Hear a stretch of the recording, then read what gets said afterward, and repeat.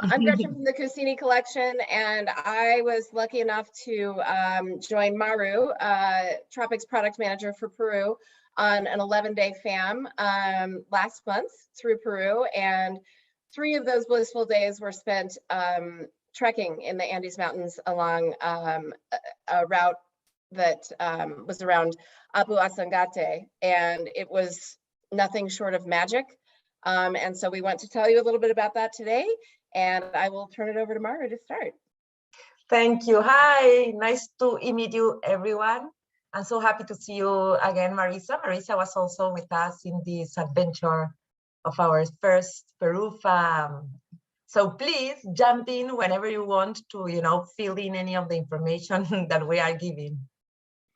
So, like we were saying last month, we were super happy to show some of our partners Peru a la Tropic. Well, you all know we focus a lot on the people, on being a bridge with the people, the local culture, and having memorable experiences and giving memorable experiences for our guests. So we explore may I introduce you in Peru, and we say for last, one of our a project that is really close to our heart.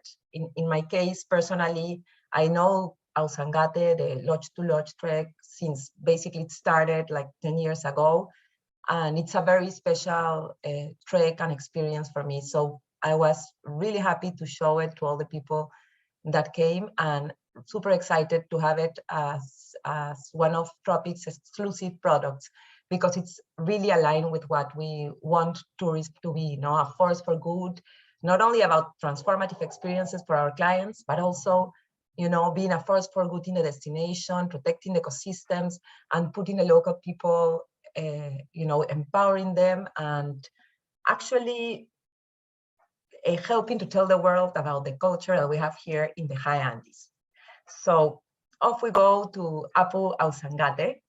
So why Ausangate? Now, I don't know if you know, Ausangate is the highest mountain in the region of Cusco, and in the Andean cosmovision, mountains are spirits. And the higher the mountain, the most important and the strongest is this guardian or this deity. So Apu Ausangate is the most sacred mountain in Cusco. This is a place from where the alpacas were born. According to tradition, people went to the mountain and asked the mountain, like, Apu Ausangate, Father Ausangate, we need an animal. We need an animal that gives us a fiber, that also enable us to we can eat them, it can help us carry our things. So the mountain, from its lakes, gave alpacas to men. And this is also the area of where, the ancestral shepherd communities of alpacas and llamas still live. This is also the area of the Quero culture. I don't know if some of you know the Queros, which are probably one of the last communities of that come directly from the Incas and have very strong traditions, and are the ones that still are carrying most of the wisdom of the Andean people. So this is a very pristine place, a very sacred place. So it's a trek, but it's also in a way a pilgrimage. Mountains always are amazing, but this place has something special for us. It's a very sacred place, and we do it lodge to lodge. Here is the lodge here, with lodges that are located in amazing places. So this is to give you a little bit of context of Ausangate Mountain. And after COVID, and before COVID as well, but especially after COVID, people are looking for remote, off the beaten path destination, pristine environments. They want to go deep into the outdoors and experience culture in a more raw way, in a more authentic way. So this experience also offers that. You go hand in hand with the local people to explore their backyard, their own territory, their sacred mountain. Here we disconnect from the grid to reconnect with ourselves and nature, and actually feel the power of the mountain. This is what this trek has to offer. I don't know, Gretchen, if you want to jump in and tell a little bit of how did you feel, or what did you like about this trek as well? That would take the whole hour, but but I don't want to be a monologue, so I will I think I think one of the things you point out here, being actually able to disconnect completely, I think is becoming more and more rare. You know, I was in Tanzania in March and I had connectivity absolutely everywhere I was. So it was very, very special to not be connected to my phone, not be connected to the rest of the world, not even be connected to the grid, literally, because there was no electricity in the lodges. It's magical. And that mountain environment, I mean, I know we're going to talk about it more, but that's my soul place. The mountains are where I particularly connect with nature, and those enormous landscapes and feeling small and the heavens above you. It's a very changing experience. It's very transformative. Yes, and I think it's about that. No, I think what people are looking is for transformative experiences. It's a very difficult thing to promise. You will have a transformative experience, but definitely it sets the whole stage for this. This area is filled with mythology on the cosmovision. Like, for instance, these stones were supposed to be warriors that during Pachacutec, that I'm pretty sure that everyone that has come to Peru knows who Pachacutec is. It's like the main Inca here in Peru. He was the one that expanded the empire. You will probably see like 5 or 6 statues of him in Cusco. So Pachacutec woke up these warriors from Ausangate Mountain to defeat the rest of the cultures that he was fighting for. So again, the whole area is charged with a lot of history and a lot of mythology. And here we are hand in hand working with the local communities who actually own the lodge. This is a community-based tourist project. That's one of the things that makes us really happy, and that's why we're really pushing it commercially, because it's actually enabling the communities of Chilca and Josefina to protect their traditions and also to protect these ancestral llama pathways, instead of doing big highways in places where they don't want to do highways. They want to still carry things as they did with the llamas. So these are some of the photos. We are always having our hosts actually directing the experience with our guides. And weaving is a major thing in Peru, and of course in the Ausangate, where the llamas and alpacas are from, it's also super important. During the trek, we have weaving exhibitions also with the people of the communities of Chilca and Josefina. And we are also, all the different amenities that are given to us. This is our snack bag. It's handmade with natural dyes. And we have this amazing, I'm bringing my amazing slippers as well, that were given to us in the trek, because all these little details also put you in context of where are you? You're in the llama and alpaca territory, deep inside Peru. We, of course, do an offering to Pachamama, to Mother Earth, before we start, and look in the Ausangate Mountain to ask permission to walk its land. So again, and many of you probably know the Rainbow Mountain, which has gotten really a lot of publicity thanks to its amazing colors. So everybody wants to have like their Instagram photo there. These are the true colors with no, with no filters. It's amazing. This is a landfill with minerals. So actually tourism also protects it from being exploited. So this is the area of the Rainbow Mountain. On the 4th day of the trek, we arrived to Rainbow Mountain before everybody else does, and in a context, because doing it as a full day, actually, it's not a good experience at all. It doesn't make any sense, to be completely honest. So, being in context with it during the trek is really important. Again, if you don't have time to do the 5-day treks, there are 2-day options. We will see that later, but now what we want is to take you into this place and try to get you in why it's so important and amazing. This is our group also. So the landscapes are amazing. You are also able to see these flowers that grow at more than 17,000 or 18,000 feet above sea level, and also the hummingbirds and different kinds of, there's like the Andean cat as well, and also different animals that you can see during the trek. So it's not only the amazing landscapes, but it's also about the super special high altitude flora and fauna. So like we said, these are community-owned lodges in the middle of nowhere. The whole idea of how people brought these up there in the mountain is mind-blowing. They did it on, of course, the llamas, on horses, on donkeys, and also like passing stones hand by hand. Everybody participated in this. So these are the lodges. We have 4 lodges, and they are probably the highest lodges in the world. This is a high altitude trek. That's what makes it challenging for the people. We are always above 4,000 meters above sea level. That will be, I think, around 12,000 feet more or less. So we're always up there. This is the perfect trek to add at the end of a trip to Peru. So after you are already acclimatized and you've seen Machu Picchu and you've seen the Sacred Valley, then you can add Ausangate. And also this first part of the trip to Peru will give you context to understand why the mountain is important, what is Pachamama, and you will see, you will appreciate it more. So it's really important to do it after 2 or 3 days of acclimatization. That makes the whole difference, because it's not a difficult trek, but it's strenuous because of the altitude. There are some parts, and I will show you the route as well, where you will have to climb, but actually it's basically because of the altitude. So again, key to have 3 days of acclimatization. So these are our 4 lodges. Actually, Machuracay is believed to be the highest lodge of the world, which is, with its 15,900 feet or 4,850 meters. And they all have amazing views. I don't know, Gretchen, jump in any moment. I can like talk and talk and talk and not stopping.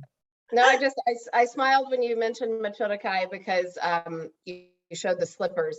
When you're sleeping at 15,900 feet in a lodge with no electricity, it is a little chilly and the slippers come in handy, but you know, there's a cozy fireplace in the main room. And then when you're in your private room, you've got like a really cozy duvet, as well as a hot water bottle at night and that sort of thing. So it's a nice experience, and it's pretty cool to sleep at the highest lodges. We call it tambos because that's the way also the Incas call the places that were along the different roads to host the pilgrimage, the explorers, or people that were just walking the trails. So we have 10 rooms. No, we can hold 22 people. It's 4 double rooms, 4 triplets and 2 singles. And like Gretchen was saying, no, it has a comfortable duvet. At night we have this like super beautiful water bottle that is put inside our bed. So when we arrive, actually it's hot.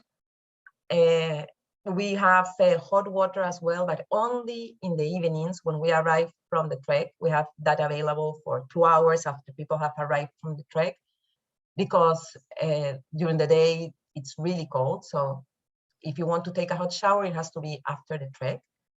And they are really, really comfortable lodges. I don't know what has. These are some pictures. They all have their private bathroom. Housekeeping is also in charge of the communities. And we don't have electricity, but we have a lot of candles. So all our dinners are candlelight, which is amazing. And you can go outside and see the whole Milky Way and the southern skies. It's just beautiful. So these are some pictures of our lodge. This is us. This is Marisa. That's also with us. And this is a group that we went with the fam, with the people from the lodges. And it's really nice because you actually get to be really close with your hosts. They walk with you much faster than you actually, but then they walk with you from lodge to lodge. There's only one guardian that remains in the lodge, but the rest of the staff walks with you. It's a lodge to lodge trek. In sandals, I might add. in our jotas, yes, it's amazing. People in the Andes are built for the high altitude. No, they are shorter and have wider lungs, so people can get more oxygen. So it's also an adaptation, a part of adaptation. And there's always music as well. No, this is Orlando. He's our main contact, and he's one of the leaders of the communities, like with whom the project started also more than 10 years ago. Some photos of the lodges, and it's really nice. We usually arrive from every day at around 4 p.m. more or less, and that's a perfect moment to, when you arrive, there's already a fire, and we have some snacks and share the adventures of the day. And afterwards, around 7 p.m., we have dinner, and at 8 p.m., everybody's asleep. We follow the cycles of the sun once we are up there, and people get up really early as well. So these are just some photos, so you can get a sense of how are the lodges, and how are the rooms and the bathrooms and all those details. So who is it for? Actually, no, it's for anyone that enjoys the outdoors. Not people that want to have intimate, authentic experiences and remote cultural immersions.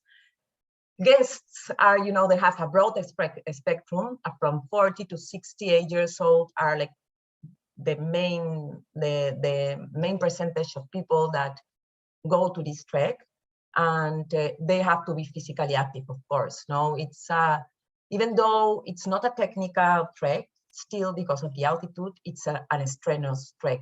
So people have to like to trek, and they have to like to be challenged.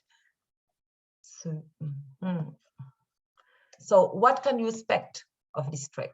Many things. So we've tried to make a list of our favorite and the things that we realized are the takeaways that you get from this trek. And it's a unique experience. It's off the beaten path. It's very deep into Peru, very deep into the shepherds of alpacas and llamas life. So you get to know Peru also, you get to also to expand your worldview, gaining more understanding of the Peruvian culture. It's not only about the surface, we really go deep. It's a transformational experience because you completely get out of your comfort zone because of the altitude, because you are trekking 6 hours more or less per day. You get to bring meaningful stories home and amazing photos. It's also the perfect way to improve your mental and physical health through physical exercise, also disconnecting from the daily stress and enjoying nature. Actually being able to disconnect from, the constant information that we have with the Wi-Fi, and also with having so many points of contact with WhatsApp and the emails. It's a luxury, a real luxury, like Gretchen said. Being able to be only yourself on the mountain, it's really, it does a lot of good to your mental health. And it's also the perfect way to discover new nature and understand, for example, the glaciers and what's happening to them. So it gives you many different things, and that's why it appeals also to many different kinds of people. So we've tried to find some profiles, and for example, we thought Nancy, empty nester, that's a widow, but has always loved culture and weavings, would be the perfect person to have also in the trek, because she would understand and want to have a deep dive in the Andean culture. She would be perfect for the fixed departures because she doesn't speak fluent Spanish and will feel safer in a group with other people. So that's one of the profiles we thought and we've seen in the trek. Then we all have Peter, the explorer, someone that will always want to challenge himself and want to go off the beaten path. He likes organizing with his friends these kinds of expeditions, and then organize a slideshow back home to talk to everyone about these amazing environments and also the people they met, why Peru is different, why this trek is special. So this trek can appeal also to them. It's also amazing for people, that a couple, it's a great couple expedition. People that, of course, want to be in the outdoors and enjoy nature and wildlife as well. And it's, again, if you have a really busy life, just taking the time to do this trek reconnects with yourself and with what you want. And that's why it also appeals to multi-generational adventure, especially with teenagers. So it's the perfect kind of experience for grandfathers, fathers, and grandmothers, mothers, and granddaughters and grandsons to explore together.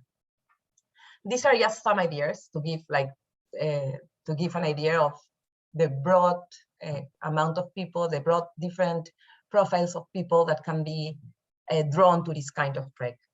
These are also some other photos. This is us enjoying our breakfast. Did you enjoy the food, Gretchen? The food was absolutely outstanding. It's not super fancy, but we're fed probably at least 4 times a day, plus snacks, plus, I mean, we were really taken care of. And everything was absolutely delicious. And you earn it, at least, when you're trekking. Yes, yes. And actually, there's the kind of food that they give us every day is also considering the amount of walking that we will be doing, and that we need a lot of energy. So there's a lot of thought put in the menus. And of course, there's a lot of avocado because Peru is avocado country. So again, some pictures. So yeah, and I think just another quick thing, Maru. You do stop midday for lunch, usually in a scenic or beautiful spot. You know, the first day we were in a tent next to the river, which was really lovely, and it was a bit breezy, so we had some shelter, which was really nice. That second day we were at much higher altitude, and we were in a home, which it was actually, again, nice to get out of the elements, but had stunning views out the windows, and freshly cooked meals every time. It's not a packed lunch. This is a freshly cooked hot meal or just put together as you arrive. So we were kind of spoiled. It was nice. Yeah, it's really nice. I love the snack bag though, not only because it was beautiful, because it was also full with candy and trick or treat candy, no? Some healthy ones and a lot of chocolate as well. So about the route, Ausangate is located on the way to Puno. It's in the south of Cusco. So when we start the trek, we leave Cusco early in the morning, around 7:30 or 8, not too early. And then after 3 hours and a half, we arrive to the starting point of the trek. The road that we take is the same road that we take to Puno until one point, and then we get a detour to go a little bit deeper into the communities, into smaller roads to reach our starting point for the trek. So that to give you a perspective. So we are, let me see here. I don't know, let me, so the drive is breathtaking as well. Like, you know, we got a lot of context along the way about the various towns that we passed through and what they were known for. Many of them were known for specific types of cuisine. And then the mountain roads were exciting. Let's say that. Like, I say breathtaking, I actually mean it. And I live in Colorado and I drive on mountain roads all the time. So it was amazing. Yes, it's really nice. And that Southern Valley, the route to Puno, like you said, has very traditional villages. So it's super interesting. No, you get to see like the place where the cuy is eaten, or the place that is well known because of its amazing duck dish. Well, we in Peru, we talk a lot about food. You will definitely notice that when you come here. So many of these villages are known because of the type of dish that they do better. So yeah, it's really beautiful, that Southern Valley. So we start more or less here in this area, and the first day it's a really mild walk. We walk around 4 kilometers, so it's short. It's around 3 hours walk to our first lodge, which is Chilca Lodge, and we spend the night here. And the next day we also start. The next day we always walk around six hours more or less. And we always walk around 10 kilometers, more or less. So no, the lodges are located more or less every 10 kilometers. So the first day also, it's a mild, we start with a mild walk. Everything is what we call Andean flat, not completely flat. Nothing is completely flat in the Andes, but everybody in the group interiorized what Andean flat means. Yeah, you learn very quickly what Andean flat means. Yes. And so it's mild, and then we have a little climb, we have lunch, and then we have also like an hour and a half climb again to Machuracay Lodge. Then we spend the night there. Machuracay Lodge has one of the most breathtaking views of the lodges. We have Ausangate right here and Mariposa, another glacier over here. So it's amazing. You are surrounded by the snow-capped peaks. It's really, really something special. And the next day after Machuracay, we do have a steep climb because we go up the pass, the Palomani Pass, which is the highest pass of the trek, which is 5,100 meters above sea level. That will be, I don't know, around About 18,000 feet above sea level. So that's around 2 hours climb. That's one of the most strenuous parts of the trek. Then when you reach the pass, you feel really happy. And at that point, you are already walking with the llamas that are carrying all your things. So it's like a pilgrimage. You meet all the llamas that are carrying your bags in the pass, and also you see all the people because they pass you really quickly. No, all the people from the communities of Chilca and Josefina, after we leave, start packing everything, cleaning the lodge, and then they pass us while we're walking. So afterwards, you go down into what we call the Red Valley. This is the area of the Rainbow Mountain. And again, you walk around 10 kilometers into an Antapata lodge.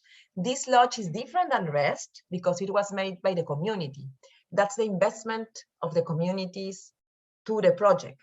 That's why they're also partners. So again, this is a community project. There are also private shareholders, but the community is owner and their investment is this lodge and also the land.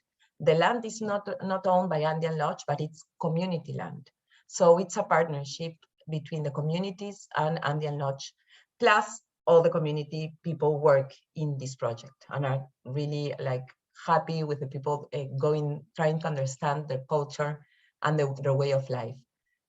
So after an Antapata lodge, you go to the last lodge, which is Huampucocha Lodge. These days also has like 2 passes, which are smaller than Palomani Pass, but also has like two steep climbs. So this 4th day is also a little bit challenging. And then the last day from Huampucocha, you just go down, down, down. So this is like the classical 5 days, but you can also do it in 6 days, spending 2 nights in Chilca Lodge for better acclimatization. And here you explore other areas as well. You can go through other areas. Or there's also even a 7-day trek where you go to Machuracay Lodge and you also spend another night here.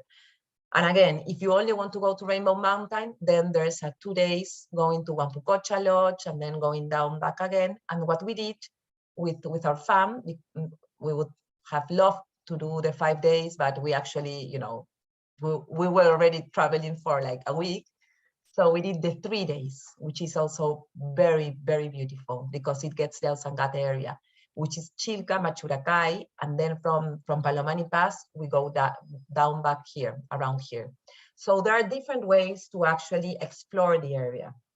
These are the programs. We have private and fixed departures. The fixed departures leave on Fridays, except the longer one that leaves on Thursday and meets the rest of the group on Friday.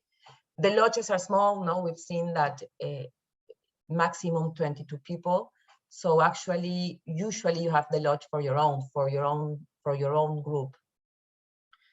So, and they run from April to October. It's also really nice because you really feel you are not only in a remote area, but you have a privacy and a small group the whole time. So this is about the different ways that you can explore the Ausangate Mountain. And again, about our operations, we take a lot of care in the training of our guides. They are all high mountain guides. That's why we always use the guides of Andean Lodge. We've been asked before if you can replace the guide and you can have like another guide. No, because we invest a lot of time in the training of the guides and also in the bonding of the guides with the community. They work as a team, so it's important for us that it's our own guides. They are guides that are trained for, first responders. They really know about how to take care of our clients at high altitude. This is Marisa in her horse. We always have a horse for people that don't want to walk. This is the kind of tents that we have for lunch. And we have an hyperbaric chamber in case we have someone that really doesn't feel good and wants to leave the trek. There's the possibility. We always try that this, this barely happens with, in 10 years, I think it has happened three times. But because you can do the trek at your own pace, it's not a competition, and that's what it makes it amazing, is to actually be in contact with the mountain and do the trek however it fits you better. We always have two guides for the groups, so one is on the front and the other one is in the back, and everybody can go at their own pace, taking their own time. I would say with the depth of the guide's experience was really evident. We had a quarter-century age range of our group, and everybody had different abilities, and they really accommodated that without any fuss or any, like, you wouldn't notice it unless you're in tourism probably, but they do it without any effort, or seemingly without effort. So yes, that's us. When we reached the Palomani Pass, of course, we got our photo taking. It was such a challenge. So that's us, and that's what we wanted to share with you today. We would love to hear your questions and your feedback on the experience. If you have any curiosity, we're here to help you. Let us know. I don't know if there's any question. I can see now that I've stopped sharing, I can see people.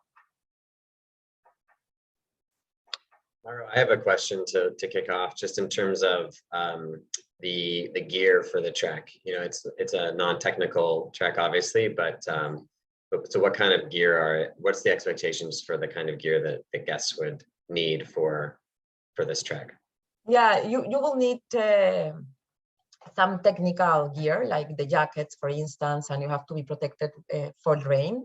The trek doesn't operate in rainy season, but you never know with weather. No, it may rain, so you will need also very warm jackets as well, and dressing layers, of course. While we are walking, you can only be with one layer, and then when you arrive to the lodge, you will want to add 1 or 2 layers. I don't know, Gretchen, if you want to complement what I'm saying. Yeah, no, that's yeah, we definitely, I didn't use my jacket the entire time because we had glorious weather. And the layers thing is super important. I probably every day took my fleece off and put it back on 10 times because it's warm and beautiful, but a breeze kicks up and you need it.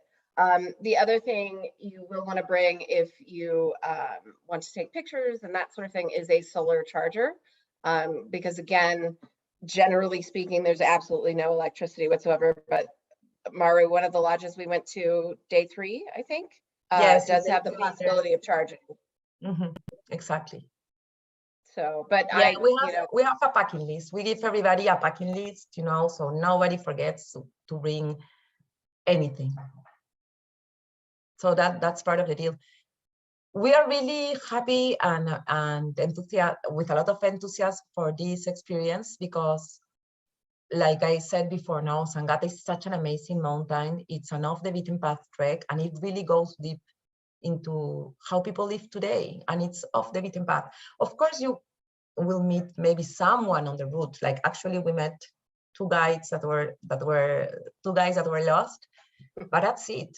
It's it's not like other treks in Peru, which is Trekker's Paradise, by the way, but it's not like other treks in Peru. It's just you and the mountain. Like you really feel that you are in the middle of nowhere. And plus, it's amazing to arrive to a warm bed. I love camping, but it's amazing if you arrive to a lodge. And it's not a luxurious lodge, which we really like, because it doesn't get you out of the mountain. You still realize that you are in the mountain. That's why it's okay that there's no electricity and there's no signal and no Wi-Fi, because you are in the mountain. You are really high in the mountains in the middle of Peru, and it's not something that really has a lot of contrast with the local people's houses. It's also owned by the local people. So all of these little things make this trek even more special, and that's why we really enjoy it as well. Hi, Damaris. How would you, Maru, compare it to Mountain Lodges of Peru, which is another great trek, and a lot of people familiar with it? I think you just kind of probably gave a lot of what makes this trek unique, but in direct comparison to a similar product in a different area, what's the unique I aspects think, of this? yeah, Mountain Lodge is amazing. Yeah. But I think it's for a different type of people. Like this in Andean Lodge, it's like more raw. You get like a more raw sense of the destination. The lodges are great, but they are not luxury lodges at all. You know, if I have to put it in stars, it will be like a 3-star lodge. You have hot water only 2 hours after you arrive, but that's like more than. It is more than enough to get a shower in. If you're actually in the mood to do that. Enough, no? There. Sorry, you cut out just for a second, Maru. So I was just saying it's more than enough time for our group of 10, you know, to go through and get cleaned up and then cozy up in front of the fire with a cup of tea. So yes. And also when you're trekking, you don't meet people. In Salcantay, it's a very popular route. So while you're trekking, even though you're staying in these amazing lodges, still you meet a lot of people, which is okay, but I mean, it's different. And well, of course, the Salcantay trek arrives to Machu Picchu. That's like an amazing, an amazing selling point. And in this case, it's only about Ausangate and the alpaca and llama herders. So I think it will really appeal for someone that wants to go deep into the culture, that are interested in going off the beaten path, and that love the mountain. So I think that will make the difference. And of course, it's very different from the Inca Trail. In the Inca Trail, it's amazing, but you meet a lot of people on the way. It's tense. It's another vibe. Mm-hmm. I do think the solitude is a very, very special aspect of this hike. To not see anyone outside of your group, or very few people outside of your group for 3 full days. I don't think there's a lot of places that you can do that. Yeah, it's different. Yes, like Damari said, it's different than Mountain Lodge. It's for another target of the market, and also it's or even for repeaters that want to do another trek, that they have already trekked to Machu Picchu and then now they want to do something different. Or we always have this kind of clients that want to go off the beaten path, something remote. So this is perfect for them. And my last question, I promise, so we don't have to drag this out any further, but I'm like, I said to Gretchen, I have to go on this trek. I have to go on this trek. And you talked about multi-generational families. Is there a minimum age for kids, or is it basically, if you have a 10-year-old that's from Colorado and is a big trekker, are they able to do this, or? Yes.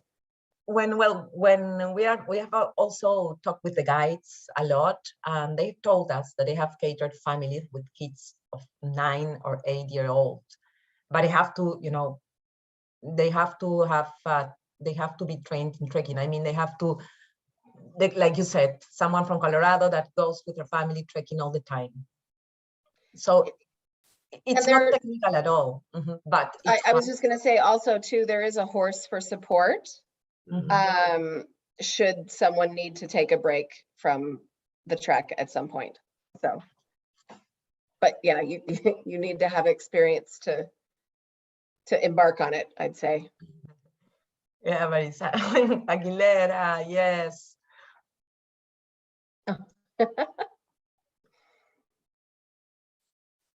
Does anyone has another question or comment? Did you know, all of you know about the lodge, or not much about the Andean Lodge already?